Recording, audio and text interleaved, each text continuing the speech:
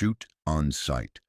The Dunedin branch of the Armed Offenders Squad arrived in force, sealing off Aramoana with a roadblock positioned just 250 meters from the only escape route. But even with backup pouring in from Christchurch, Timaru, and Invercargill, one truth was clear. This man wasn't just armed. He had a scoped rifle, and he had already killed far too many. There would be no more warnings. The order was given. Shoot on sight. No hesitation, no negotiations. The hunt was on. The man responsible was still on the loose, armed, unpredictable, and hidden somewhere among the ash, dunes, and cribs. It was clear to the authorities that this was no ordinary standoff. This was war, and now New Zealand was calling in its most elite warriors.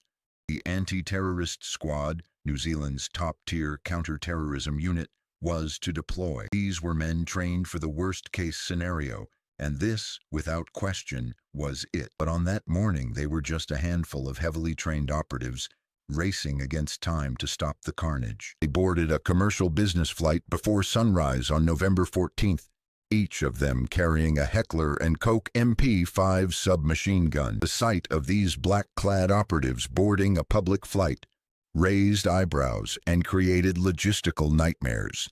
Commercial airliners weren't used to transporting men armed for urban warfare, but there was no time to wait. The mission came first. From there, local residents, still shaken and bloodied, briefed the ATS face-to-face, painting a clear picture of the town's layout and the horror Gray had unleashed. If he has a firearm, he is to be shot. No hesitation, no warning.